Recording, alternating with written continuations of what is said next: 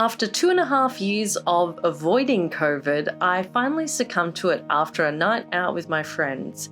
My brain was fried, I was absolutely exhausted, and I was trapped in my bedroom for 7 days of isolation. I put out the call on Twitter for gentle game recommendations, and a couple of friends came back to me and suggested the game Unpacking, so I decided to check it out. Unpacking is a Zen-like puzzle-solving game, but it is also a beautiful example of environmental storytelling from Witchbeam, a Brisbane-based indie game studio. I wanted to talk about it this week because there's a lot game designers can learn from this short and sweet game. On a surface level, the premise of Unpacking is simple. Unpack the boxes in various rooms at different stages of the player's life. This means putting away stuffed toys, books, and countless pairs of socks. I am so glad I am not the only one with a sock problem. These are light puzzles that occasionally need some maneuvering to figure out where to put what, but they're not particularly difficult. Yet under the surface, in unpacking these objects, you uncover a story. It's about a young woman finding herself as she navigates the early years of her life through the places she lives in.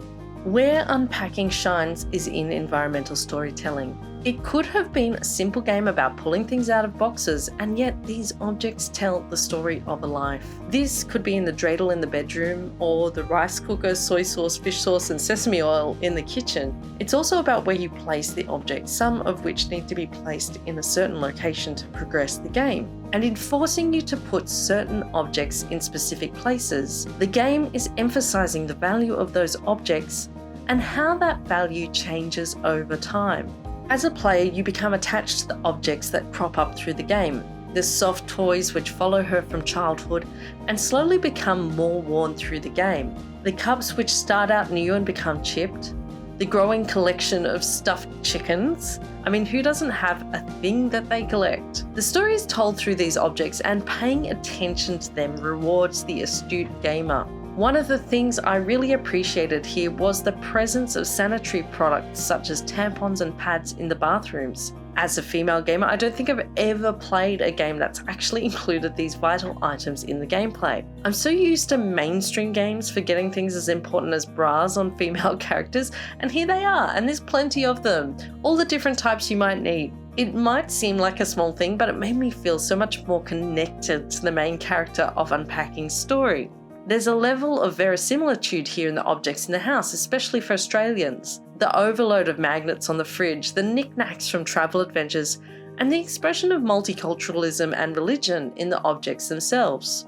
It's worth highlighting the way these objects interact with the environment. I really appreciated how swiftly they fit into their places. There's no janky controls, which meant such a smooth gameplay experience. Pictures hang on walls, books slot into shelves, and cups stack into each other. It's something that could easily be overlooked, but I did want to draw attention to it because the way the world interacts is very well done. Now, I'm going to get into slight spoiler territory. My review obviously is to recommend that you play Unpacking, but if you've played it, stick around because I want to talk about where I think the environmental storytelling is done best.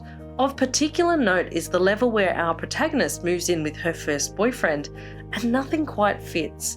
I really appreciated the storytelling here, the way you have to make room for your stuff, and he's got his undies spread out over 3 drawers. Particularly heartbreaking is being unable to find a place for your hard-earned university degree. That was a beautiful touch and also harks to a common experience of women, that of putting dreams aside to prioritize a partner. As a writer, I was really touched by this story about sticking to your dreams. There are so many things that can get in the way of being creative, especially as a woman, and this story was about sticking to it through thick and thin, while making time for love and self-discovery along the way.